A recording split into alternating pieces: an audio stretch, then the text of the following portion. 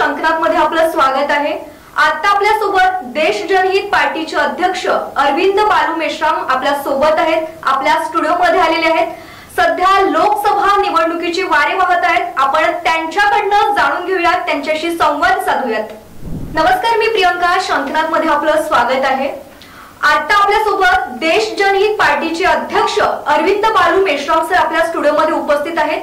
सध्या लोकसभा निवडणुकीचे वारे वाहत आहेत, आपण त्यांच्याकडनं जाणून घेऊयात। नमस्कार सर, शंकनाथ प्रस्तुत विशेष मुलाखत मध्ये आपलं स्वागत आहे।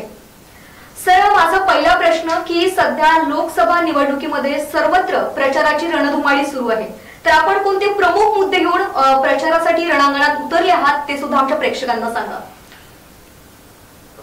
या संपूर्ण भारतामध्ये जे ज्वलंत मुद्दे आहेत ते सर्व आम जनतेला माहिती आहे। त्याच्यामध्ये शिक्षा, भारतामध्ये बेरोजगारी आणि महिलांवर होणारा अत्याचार, पेट्रोल एकदम महागलं, त्याच्यानंतर आणि प्रत्येक गोष्टीमध्ये म्हणजे चिड्यापासून तर राईपर्यंत म्हणजे घरच्या ज्या आपल्या ज्या सुविधा आहे त्या सुविधांमध्ये सुद्धा एकदम वाढ झालेली आहे मागच्या 10 वर्षामध्ये। आणि कुठल्याही प्रकारचं ज्या कार्यक्रम सुरू आहे मागच्या 10 वर्षापासून, या 10 वर्षामध्ये जनतेला शोषणाशिवाय काहीही भेटलेलं नाही।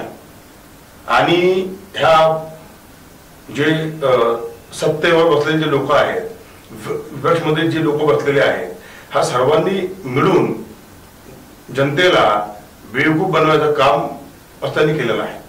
आणि ही सर्व जनतेला माहिती आहे। ह्या पूर्ण भारतामध्ये गावामध्ये म्हणा किंवा शहरामध्ये म्हणा सर्व महागात धुळाकूळ घातलेला आहे। आणि ही जी लोकसभा आहे, ह्या लोकसभेमध्ये निश्चितच देश जनहित पार्टी समोर येऊन धर्मनिरपेक्ष विचारधाराच्या आधारे काम करत आहे आणि संपूर्ण भारतामध्ये देश जनहित पार्टी जिंकणार असा माझा ठाम विश्वास आहे। सर, आपण देश जनहित पार्टीचे अध्यक्ष आहात, तर यंदा किती उमेदवार या निवडणुकीमध्ये तुम्ही उभे करणार आहात? उमेदवारी जवळपास संपूर्ण भारतामध्ये आपण 112 लोकसभा लढतोय आणि 112 लोकसभामध्ये त्याच्यामध्ये एक आहे आपलं बिहार, दुसरं गुजरात, तिसरं महाराष्ट्र, चौथं तेलंगणा आणि ओडिशातले 2, असे टोटल आपण 112 लोकसभा भारतभरात लढतोय आपण। अच्छा सर, मला सांगा की बहुजनचे नेते प्रकाश आंबेडकर आणि आम आदमी पार्टी यातील एकही उमेदवार आपल्या नागपूरमध्ये नाहीत, तर यावर आपण काय सांगाल? हे तर सर्व जनतेला माहिती आहे पत्रकार महोदय की मागच्या 75 वर्षापासून जे स्वतःला बहुजनाचे नेते म्हणतात आणि जे बहुजनासाठी काम करतो म्हणतात किंवा पुरा भारतभरासाठी काम करतो म्हणतात, हे काम करत नाही। हे फक्त आणि फक्त आपली कुर्सी वाचवण्यासाठी की आता जसं तो आमदार आहे तो त्याच्या पूर्व खासदार केव्हा बनेल आणि तो पूर्व खासदार आहे तर त्याची बहीण आमदार केव्हा बनेल, म्हणजे वंश परंपरा, म्हणजे ह्या लोकशाहीची आणि लोकशाहीमध्ये राजेशाहीची परंपरा चालवलेली आहे हे सर्व जनतेला माहिती आहे। आणि याचं एकमेव कारण आहे सत्ताधारी जे लोक आहेत हे आम जनतेला, आम जनमानसाला बेवकूफ समजतात। आणि तुम्हाला सांगतो, जेवढेही बाबासाहेबांच्या नावावर पार्टी चालवणारे जे लोक आहेत, बाबासाहेबांच्या नावावर जे काम करणारे जे लोक आहेत, ते एंटी आंबेडकर राईट आहेत। ते आंबेडकरवादी नसून एंटी आंबेडकरवादी आहेत।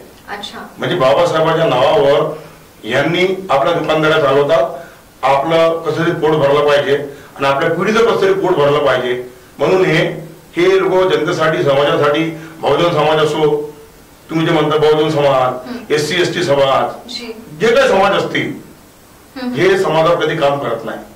पण देश जनहित पार्टी धर्मनिरपेक्ष विचारधाराच्या आधारे पूर्ण भारतभरात काम करत आहे आणि आपले 112 उमेदवार ह्या लोकसभेत 2024 मध्ये लढत आहेत।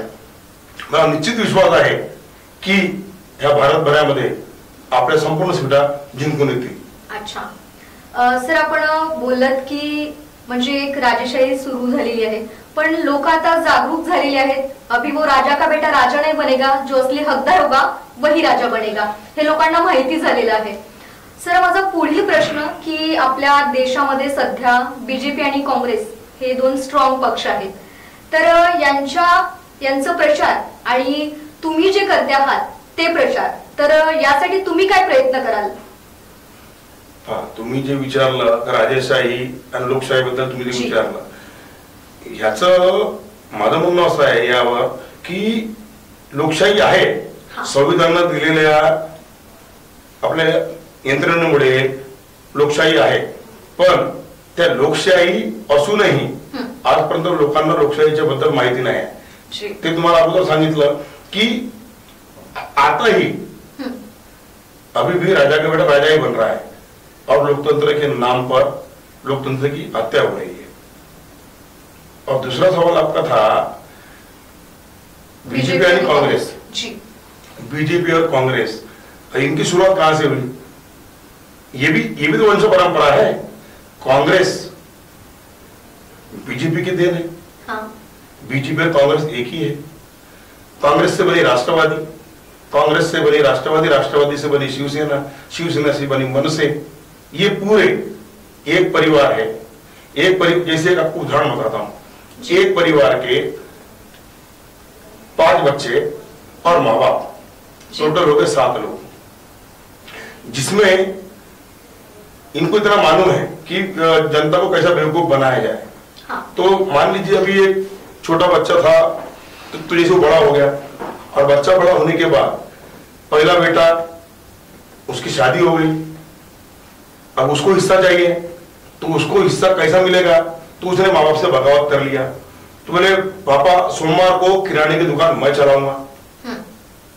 फिर दूसरा बेटा बोला मंगलवार को बेटा मैं चलाऊंगा, पापा को बोल रहा है. फिर तीसरा बोल रहा है कि मैं बुधवार को मैं चलाऊंगा. चौथा बोल रहा है कि शुक्रवार को मैं चलाऊंगा. और 5वीं बच्ची बहन बोल रही है फिर मेरा कैसा? तो शनिवार को मैं चलाऊंगी. तो उसी प्रकार फिर बच्चे माँ बाप जानते बोले बच्चे मेरे ही है, तो 5 दिन तुम चला लो, 1 दिन जवाई को दे दो. अच्छा. और संडे का दिन जो बचा उसमें हम लोग एडजस्ट कर लेंगे, क्योंकि जिसको भी जीरा लगा, लहसुन लगा, सामान लगा, ऊपर सामान तुमको लेना ही है, तो है तो एक ही किराने की दुकान. तो वैसा ही उस प्रकार से ये देश एक ही है, लेकिन देश में अलग अलग पार्टियों का इन्होंने धंधा खोल कर रखा, जो एक ही पार्टियां है. और वो एक पार्टी होने के बाद में इनके समान विचारधारा है, इनकी धर्मनिरपेक्ष विचारधारा नहीं है. ये जाति और धर्म के आधार पर लोगों को लड़वा कर लोकशाही का इन्होंने मजाक बना कर रखे. आपको बताओ जानकारी. और इसी के वजह से मालूम है कि कहीं ना कहीं जो सामान जिसको लेना है वो आएगा वही दुकान में ना, तो वैसे ही हो रहा है. अगर मेरी बात आपके समझ में आ रही है तो पता नहीं, समझे? तो उसी प्रकार से ये जो अपना देश है, ये देश में ऐसी सारी यंत्रणा चल रही है जो सारी कहीं ना कहीं बड़ी पार्टियों से छूटकर छोटी पार्टी इन्होंने बनाए, और उसके बाद में उनका मंत्री पद ले लिए. वैसे इसलिए बोल रहा हूं कि आज भी लोकशाही के नाम पर इनकी राजशाही चल रही है, वो जनता के समझ में नहीं आ रही, ऐसा मेरा मानना है. अच्छा सर, त्यांच्या तुलनेमध्ये आपल्या प्रचाराचं नियोजन कसं आहे? देश जनहित पार्टी धर्मनिरपेक्ष विचारधारावर काम करत आहे आणि देश जनहित पार्टीला भरपूर भरघोस मताने नागपुरातील म्हणा किंवा पुढे संपूर्ण भारतामध्ये निवडून देतील, जनता निवडून देईल. कारण की जनतेला लक्षात आलं आहे बीजेपी, काँग्रेस, राष्ट्रवादी, वंचित हे सारे एकच आहे. आता फक्त एकच आहे पार्टी, देश जनहित पार्टी. ते नक्कीच जनतेचं भलं करणार, आणि जर जनतेने जर देश जनहित पार्टीला विश्वास दाखवला तर आम्ही निश्चित त्यांच्यासाठी काम करू. अच्छा सर, राज्य आणि केंद्राची सरकार डॉक्टर बाबासाहेब आंबेडकरांबद्दल अत्यंत संवेदनशील असल्याचं म्हटलं जाते आणि त्यांच्याकडनं ते वाक्य पण येतात. तर तुम्ही त्यांच्यामध्ये वावरत असताना त्या नेत्यांबद्दलचं वैयक्तिक तुमचं मत काय आहे? ते जे नेते आहे ते नेते फक्त बाबासाहेबांच्या नावावर निश्चित आपली दुकानदारी करण्याचे काम करतात, दुकान चालवतात. ते समाजासाठी कधी भलं करू शकत नाही. जे एकच आहे जसं मला सांगा, आता बीजेपी आणि काँग्रेस, बीजेपी, काँग्रेस, वंचित आघाडी, अकोल्यामध्ये प्रकाश आंबेडकर, वंचित आणि काँग्रेस आणि बीजेपी हे 3 लढत आहे. नागपुरामध्ये वंचित लढत नाही. वंचितचा जो नेता आहे तो म्हणतो की नागपूरमध्ये काँग्रेसला समर्थन करतो. मग हे वैरी कुठे आहे? तिकडे विरोध करतात 200 किलोमीटरवर आणि इकडे म्हणते आम्ही विरोधात आहे. असं कसं होणार? हे विरोधक नाही. हे मी मागच्या 75 वर्षापासून तुम्हाला कहाणी सांगते. हे एकमेकांचे विरोधक नाही. देश जनहित पार्टी सर्वांचे विरोधक आहे आणि होणार भविष्यात. देश जनहित पार्टी या देशात नक्कीच परिवर्तन आणणार, तुम्हाला सांगतो. सर, सध्या आपल्या देशामध्ये ईव्हीएम बद्दल अनेक लोकांचा रोष निर्माण होताना दिसत आहे. अनेक लोक तीव्र होताना दिसत आहेत. तर तुमचं ईव्हीएम बद्दलचं काय मत आहे ते सुद्धा आमच्या दर्शकांना सांगा. ईव्हीएम जी मशीन आहे, ईव्हीएम मशीन ह्या सर्व राजकारण्याने बनवलेली एक रॉबोट आहे. रॉबोट मशीन आहे. ते यांच्या इशाऱ्यावर काम करते. यांचे जे नेमलेले जे लोक आहेत नेमके ते त्याला बरोबर अपडेट करतात. पण माझं असं म्हणणं आहे यावर, देश जनहित पार्टीला लोक जेव्हा मतदान करतील आणि स्कूल बॅगची जेव्हा भारतभरात बटन दाबतील तेव्हा त्याच्या ईव्हीएमचा जो स्फोट आहे तो ईव्हीएम मशीन फुटून जाईल आणि फुटून तिचे चित्रे उडतील. चित्रे उडल्यावर स्कूल बॅगच्या उमेदवार नक्कीच जिंकून येईल. अच्छा सर, जाताना आमच्या दर्शकांना या मुलाखतीच्या माध्यमातून काय सांगाल? या मुलाखतीच्या माध्यमातून माझं फक्त एवढंच म्हणणं आहे, ह्या लोकसभेच्या निवडणुकीमध्ये 2024 मध्ये देश जनहित पार्टीला निवडून द्या. आणि देश जनहित पार्टी धर्मनिरपेक्ष विचारधाराची पार्टी आहे. हे सर्वांसाठी काम करा असं मी सर्व भारतीय जनतेला वचन देतो. आणि एकदा आणि फक्त एकचदा देश जनहित पार्टीला मतदान करा आणि स्कूल बॅगला भरघोस मताने निवडून द्या अशी आमची विनंती आहे. सर, आपण विशेष मुलाखत या कार्यक्रमात आलात त्याबद्दल आपले खूप खूप आभार. धन्यवाद.